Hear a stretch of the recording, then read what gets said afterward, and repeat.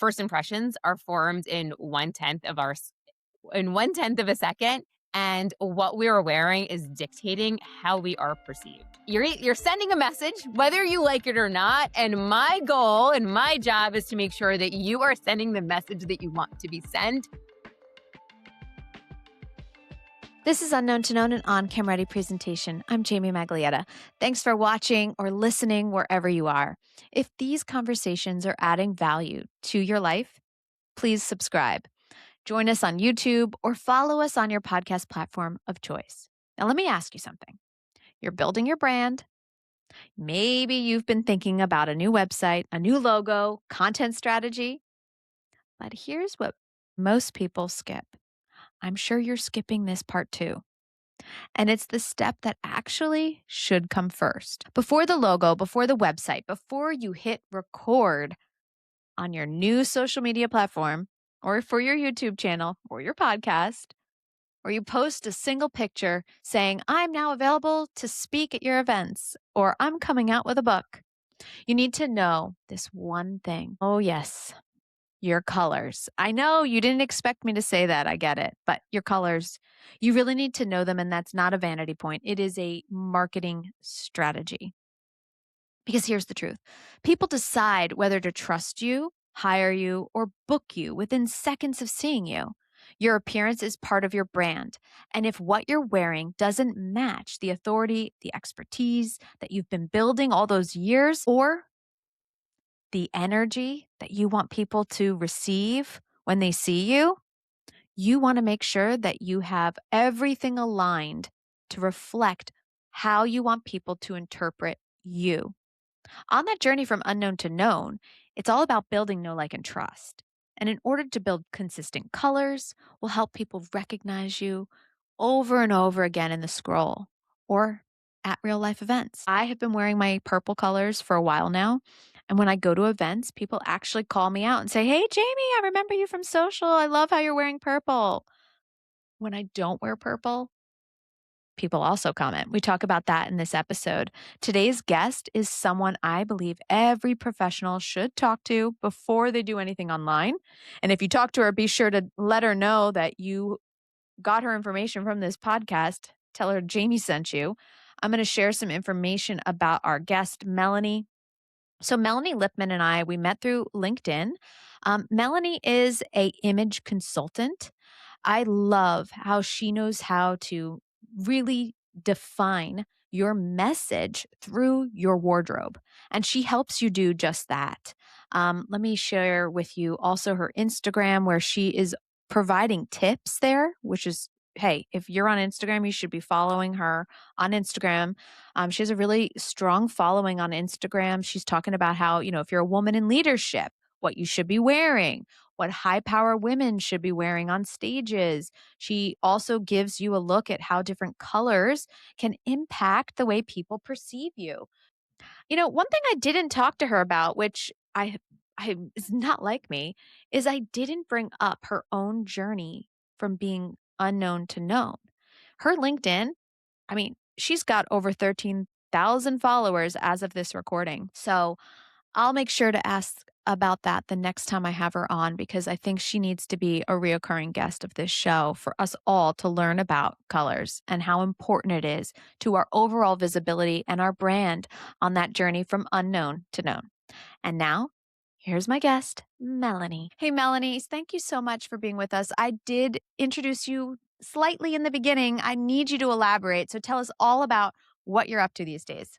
Absolutely. So I am an executive image coach and brand specialist for people that just want to get visible in their careers. One of the things most people don't realize is first impressions are formed in one tenth of a second, and what we are wearing is dictating how we are perceived. So you're sending a message, whether you like it or not. And my goal and my job is to make sure that you are sending the message that you want to be sent.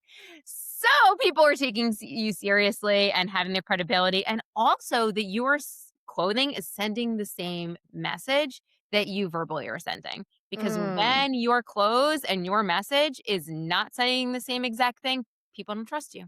Yeah. And this is really good for people If you're listening and you're thinking, gosh, I really think I need this, you probably do. Because if you're showing up on podcasts, television, stages, social media, you want to have brand consistency. And brand consistency isn't just your logo and your brand colors for your website, it's also the colors that you take with you when you're on camera. So, how do you guide people toward choosing their colors? Well, number 1, it's very hot right now, so I used to say this and people are like, "What are you even talking about?" Knowing what colors look good on you is really important, so, having a color analysis and really understanding what colors flatter you, and Mhm. this is not from a place of, like, vain, it is, Mhm. like, what colors actually look in harmony with you. Most people try something on and they're like, "Whoa, that's a lot," or, "I don't know if I could pull that off," and that's because 'cause you're wearing colors that probably are fighting your natural presence. So, Mm. number 1, it's really understanding what looks good on you. And then the second thing is really getting crystal clear of your pillars and what you wanna be known for because colors are sending messages immediately. So, we need to get I love crystal that. clear on that as well. So I'm going to share this because it's part of why I chose purple. So I actually worked in television news, Fox News Channel, CNN. And if you notice, CNN and Fox are more of like the red, white, and blues. Okay. And to me, as a journalist, red would always be Republican, right? Blue would always be the Democrat, and purple was independent. And as someone who was coming out of television news and helping people on camera, I thought I should be strategic with my color and be not red, not blue, but the purple, which is the independent, that color of like, I'm everything, right? Mhm, I am not representing one over the other. I am that independent voice. So that's where I went with purple. Now, I could have gone with, say, I don't know, like I think I was looking at this teal, right? But for me, I started to think like, well, what do I do in the winter? And I think that also is important. So tell us more about, how you choose color as a tool for messaging. mhm. Yeah, absolutely. So one thing I want you to notice is that you actually can see that the purple is a lot more flattering on you than the Oh. teal.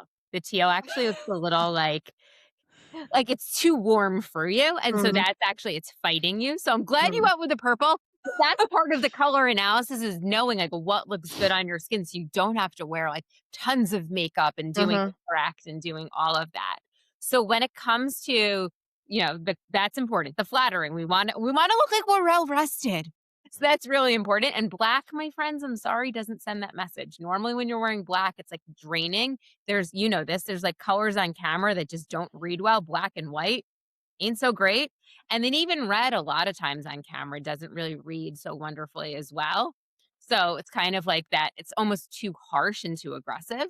Mhm. So it's, what looks good, and then number 2 is really understanding, like, the psychology and what you wanna be known for. So a lot of people wear dark colors like a black because it feels safe and it feels slimming and it feels all of those things, but black as a color actually builds a barrier. Like, there's a reason why judges wear black, like, they're not supposed to have an opinion. There's a reason why black tie weddings, like, it's really, really formal. Black sends that message of like, let's create a wall and a barrier. So if you are looking to, like, we're all communicating to create connection, you're not doing that when you're wearing those black, really intense colors.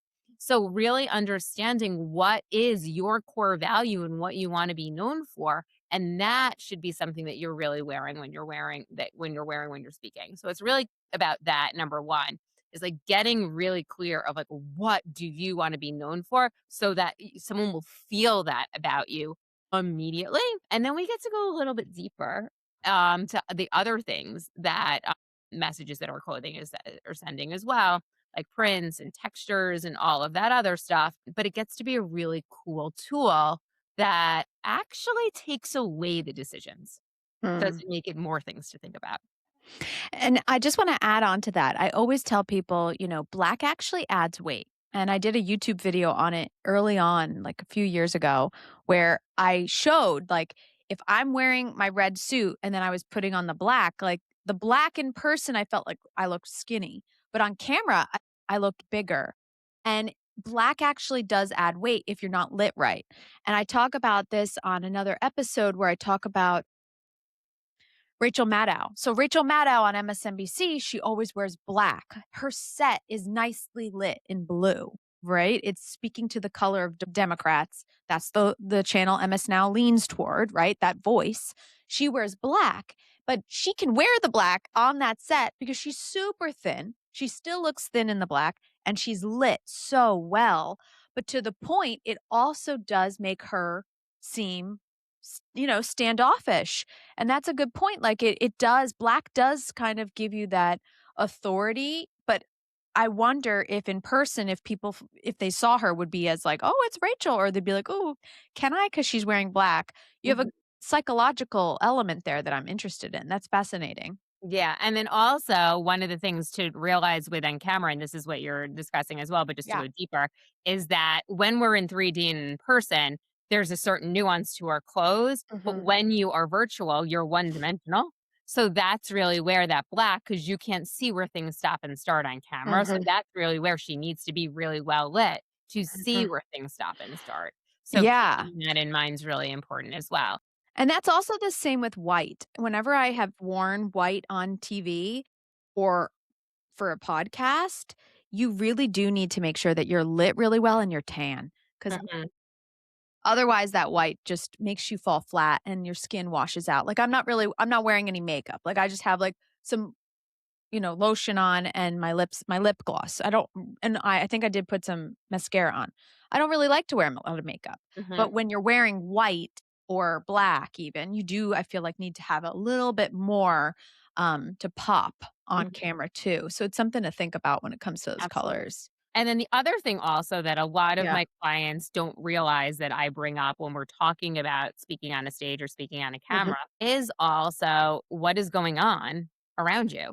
Mhm. 'Cause there have been so many times when a client will, but prior to working with me, will either clash with the stage or be like the same exact color as the stage. So that's another thing that you really want to be asking whether you're on a podcast or whether you don't have control of your surroundings. You want to ask what their surroundings are so you can make sure that people can see you because that's the most important thing is that people can easily spot where you are, whether it's on stage or on camera. And to that point, I did this video on social media about how why I wore red because everyone was seeing me in purple all the time. But I had this red carpet event and the set was black and the brand that I was there for was red, white, and blue. And when I looked at it all, I'm like, gosh, purple's gonna look bad. Like I want to look good on stage. And I wore a complementary color and I went with red because it worked for the stage. And I noticed at Mom 2.0, I went to their conference the other week.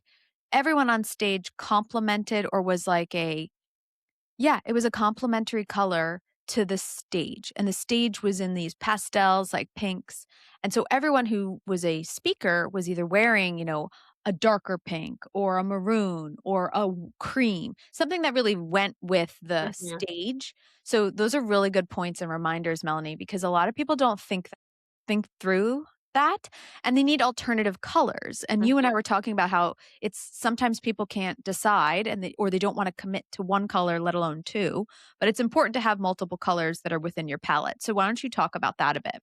Yeah, most of my clients so what we do is when you get a color analysis, you Mhm. actually get 30 colors, which is really overwhelming. Yeah, and Like, you're like, "Woo!" Like, "Ah!" that's like, "What do I do?"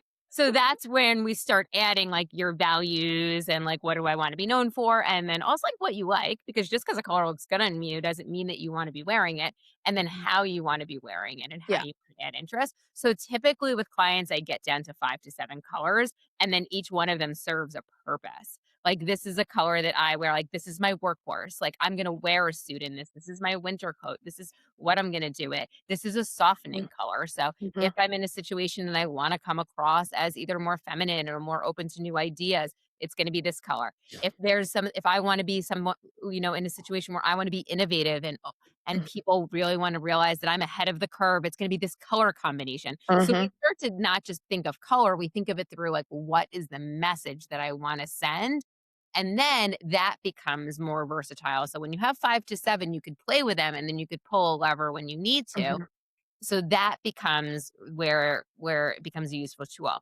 The other thing that most people don't think about when it comes to color, or they think about it as an afterthought, is prints and textures. And those actually send even more messages than a color, because that's like the color is like the first thing. Like we immediately notice that. But then when there's like a resonance that's happening, you're like, Mhm. I feel like this person's a little bit aggressive. Mm. Or why do I feel like a connection with this person? So for example, if a print, I'm gonna run right here really quickly, had much more structure in it. So these like lines in it, Mhm. sending the message of like authority, because Mhm. like things stop and start.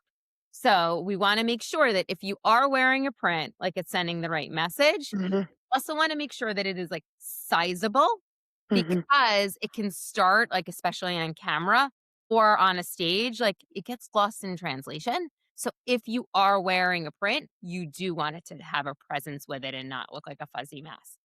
The other thing is, if you're wearing something that has like a little bit more like movement in it, like something like this is definitely a little bit more like approachable, a little bit Mhm. more fun. However, on camera, on stage, it doesn't read really well because it's Mm-mm. smaller, and that becomes like you almost have people like look a little bit like hypnotized by all of Mhm. that. So if you wanted to really use prints and didn't want to be having this structure in there, that's when I would use something that has Mm. sort of more of a sizable look, but has a little bit more of the fluidity in there. I love that. So that's when we could start playing with prints a And lot. that's also good for me. I could do purple with some Yeah, Yeah.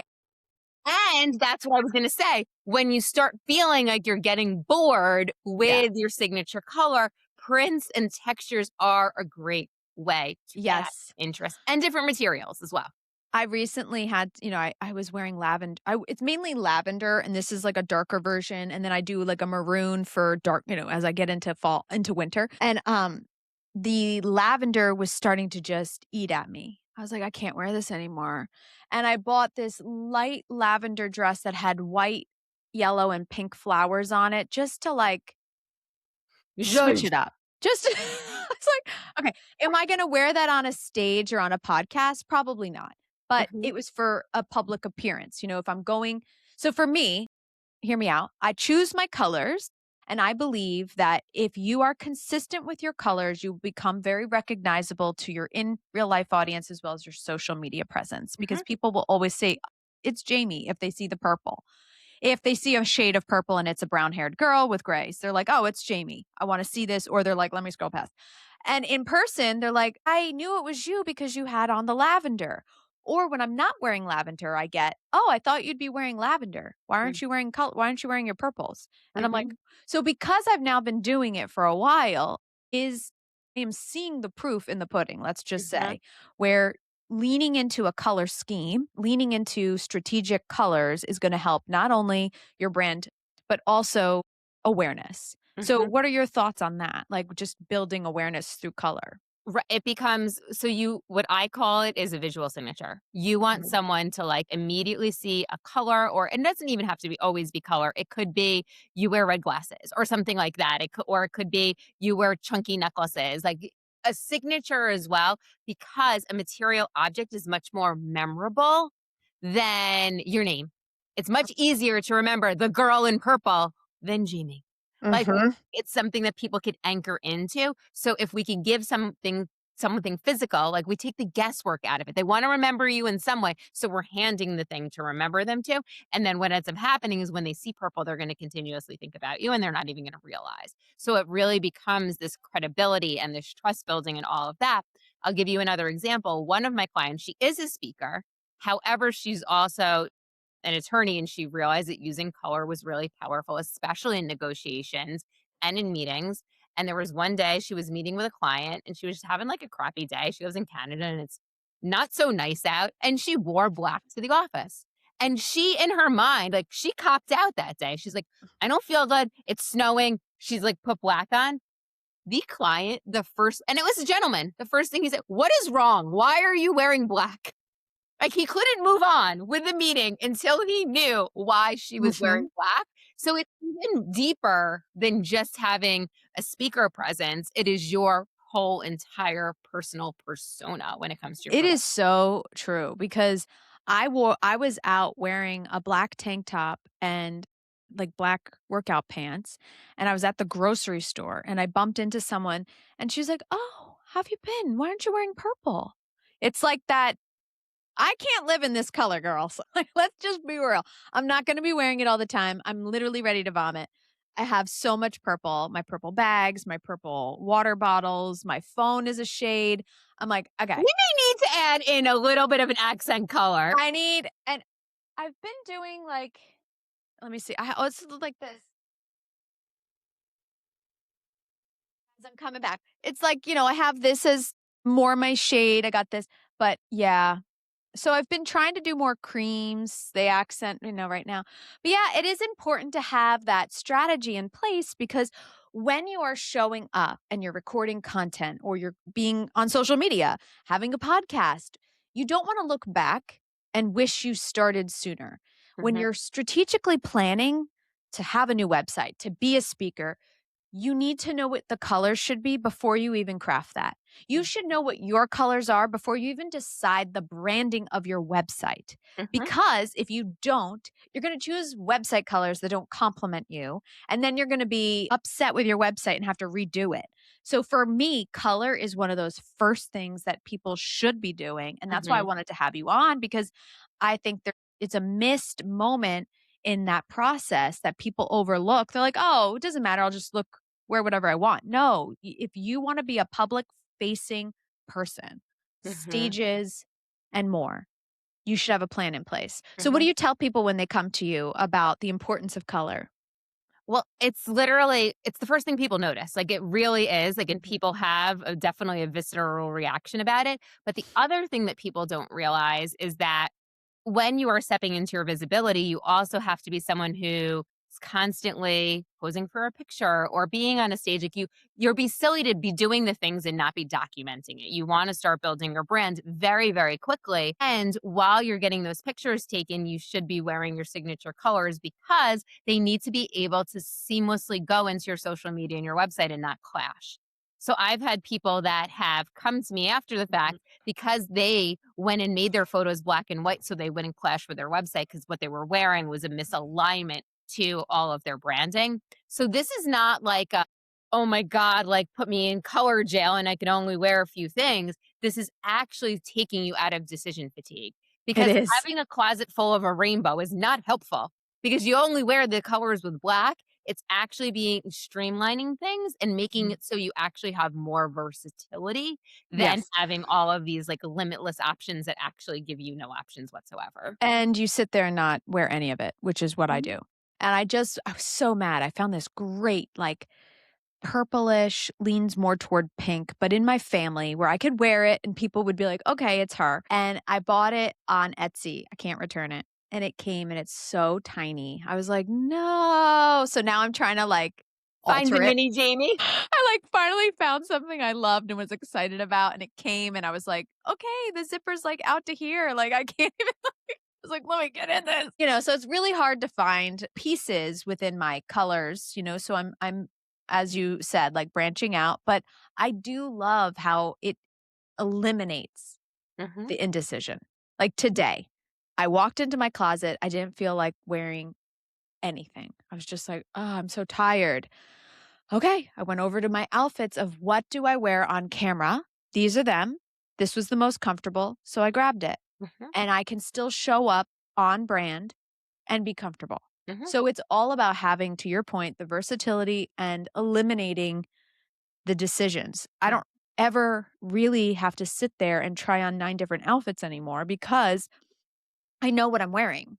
I have this one section now in my closet. So, how do you help people make those decisions? I mean, we talked about the color swatches. Do you have them, like, try on outfits and send them to you and you give them evaluations? Like, how does your process work? So we actually what we do is we create a style code, which is a brand. So every single client when we work together, we literally give you a code. So it becomes all of the guesswork is taken out. The things that get decided within that code is number 1, what colors look good on you. And then we go deeper into how do we actually want to use color, what you like, what you don't like. And the thing also is that for even with someone like you, if like purple is your signature, the other thing is then you become an expert of wearing purple. So you could wear purple with hunter green, or you could wear purple with burgundy. Like there's a way, like it becomes like you know how to Mhm. wear purple as opposed to like there's all of these colors that I don't know what to wear. So we really start crafting that message, and then we get crystal clear what prints you wear, what textures you wear, how you add interest. The other thing that we haven't even touched on is also what fits and flatters you. Hmm. So really understanding what your proportions are and really knowing like what are the silhouettes that are best for you, especially when you are on a stage or especially when you're in a camera, because there's certain angles that you can't hide. And then also the other thing to craft is like what are your wardrobe needs? Because depending on where you're speaking or how you're speaking, Mhm. sometimes you may be mic'd differently. So, I Yeah. have a lot of clients that are speakers that just don't wear dresses because there's no place for the mic pack to go. So, Mhm. thinking of what we do is we think of decide all of the things that need to be decided so you don't go into a situation really being disappointed with the end result. Yeah. So that's what really this code helps you be is being prepared for your visibility. And then what we do is then you have in your closet an arsenal full of the outfits that you need so you can say yes without hesitation. Because I I love cannot that. tell you how many times clients have come to me and said, someone asked me to go speak on this panel and I hesitated and then I was passed over. It's So so we true. dress to the future self and the future's activities and not for what's going on in your current reality because it Yeah, I had can't this always be behind the exactly. I eight had ball. this one client, she had a very earthy tone website, and I was like, "Well, with this, you could think about daisies as an accent. So what's in a daisy? What colors are daisies? Flowers in a field, and whatever you wear will essentially start going with your website." And so from there, she started to just to test it out. But, I wish she had someone like you before she had even chosen the colors for her website. To that point that I made earlier, I think it's really important. And I speak from experience, guys. I designed my website and it was not the right color. Mhm. And I was like, okay, I have to start over because I leaned into a purple shade, but it was like a pinky purple. And it didn't work with Mhm. anything that I was wearing. So you do need to make sure that you have decided your color code, to Melanie's point, and then start thinking about how you want to show up on your website, on stages, on Mhm. podcasts. So Melanie, your shirt's like a lot of colors. So what's your color? What's your favorite color that you wear? So my signature color is actually like this fuchsia-y color is like Uh-huh. my signature, but then I just play with it in a million different ways. So it's normally in something that I'm wearing, but you get to again pull the levers. And it Um, is in your shirt. well, in my shirt, I'm actually wearing a Yeah. graphic t-shirt. Oh, okay. It's red, but it still Yeah. kind of looked it. Yeah. I love that. So we get to, but that's where what I really love when you have a code is you get to have permission to play. So a lot of times we're so reliant on what the dress code is and what's the expectation and all of that. But as a public figure, you get to dictate the dress code. So you may not necessarily be wearing the exact same thing as everyone else on that panel, but nor Mhm. should you. Yeah. Your person should be able to quickly find you as opposed to blending in with the sea of navy. So when we craft the code, it gives you permission to not necessarily wear what everyone else is wearing, but wear the right thing for you. All right, I'm going to run through some questions I always get asked, and I want to hear what your answers are. Chunky jewelry or no chunky jewelry when you are Chunky mic'd up? jewelry all the way. I brought it as examples. Wear chunky jewelry or don't wear jewelry at all, Mhm. especially on video or on stage. Like no one's going to see your diamonds by the yard. So either do it or don't do it at all.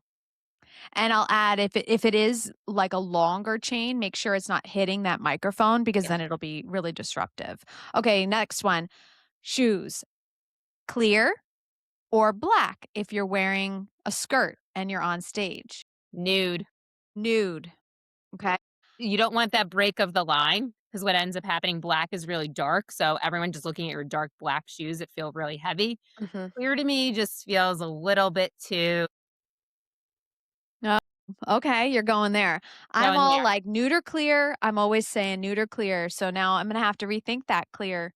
I like clear, They're but the really in right plastic now. It usually makes also my feels feet like a sweat. little too trendy for Yeah. me. where I feel like the nude just creates that beautiful line and Mm. also looks good on everyone, like, as Yeah. long as it's very complimentary to your skin tone. And as I was just saying, like the clear, they seem to always be plastic and make my feet sweat. So Slightly too gross. nude Mhm. it is. All right, knees. There are many women who say, I can't wear something above my knees on a stage. What are your thoughts on knees and stages? Considering that I've coached pastors, I've heard that a million times. My thing is if this is something you are going to be thinking about, you shouldn't be wearing it because if you are hesitating in your presence, you're hesitating in how you're showing up. So if you're a person who doesn't like knees or you're concerned about something showing, do not show it. However, I don't think that there is this like, oh, you can't wear knees the one things where your knees are showing. The other thing also that's really important, we spoke about the stage and we spoke about the mic, but you're allowed to ask how you're being seated. There Mhm. definitely have been times when clients are on a stool, and that is when they are regretting wearing a skirt. Uh-huh. So ask the question of will I be seated? Will I be standing? Will I be in one of those like huge chairs that I'm going to get lost in? Mhm. Or am I going to be on a stool? No, those are really good tips. Can you wear a tank top on a stage or do you need to wear sleeves? I would wear something that looks substantial. So let's say if it has maybe it's a dress and there's actually like a full like goes to your shoulder, but there needs to be a presence there. So it needs to look like a full outfit and not look like you had a hot flash and took your jacket off. So, and also if it is doesn't have a jacket, it should feel like a full outfit, like a monochrome. There should be something that is like pulling it together, but I would not be wearing spaghetti straps because you're going to look half naked. Woo! Those are great. Thank you for that speed round. What would you like to say in your final moments with the audience? Any final words or pieces of advice that you have? So this isn't from a place of judgment or from and this isn't meant to. However, like we are all such judgmental people. Like you got on here, you're watching us, you're looking at what we're wearing. Just realize that that judgment is being put upon us as well. So doing the work to really control the narrative of how you're showing up is not vain in any way, shape, or form. If you are someone who wants to be a public figure, you need to decide in advance how you want to be perceived. Otherwise, it will be a constant stressor for you and will be the reason why you don't go on a stage. It'll like I hear from clients all of the time, I'm not ready yet because of blah, blah, blah, blah, blah, blah, blah, blah. No, make it ready. Figure it out. Get the work done. You can always iterate. You're not getting it tattooed inside of Mhm. your eyeballs, but start crafting how you want to show up because it's more powerful than most people even realize. That's great. Thank you guys. And everyone listening, you can connect with her on LinkedIn, find her on Instagram. There'll be links in the description. If you have any questions, reach out. And if you decide to connect with Melanie, let her know you heard this podcast and were inspired to connect with her. Tell her Jamie sent you. All right, guys. Melanie, thank you so much for being with us. Thank you for having me. I hope you enjoyed this conversation with Melanie. Be sure to check out the links in the description. And if you are on this journey from unknown to known and you're looking for some inspiration, we have tons of episodes with people to help you on that journey, whether it's a TV anchor or a YouTuber, a TikToker, or someone giving you more technical tips. I cover it all in Unknown to Known. And then I help you think like a producer so you can become a strong guest and host, no matter where you are podcast, TV, you name it. So that's on Think Like a Producer, my companion podcast. Both of them are together on the YouTube channel on Cam Ready. And I will see you guys online. Be sure to reach out, Jamie_Maglietta. And as my kids say, Jamie, mommy, stop listing the world at the end of your show and just say, ring that bell. I'll see you guys online.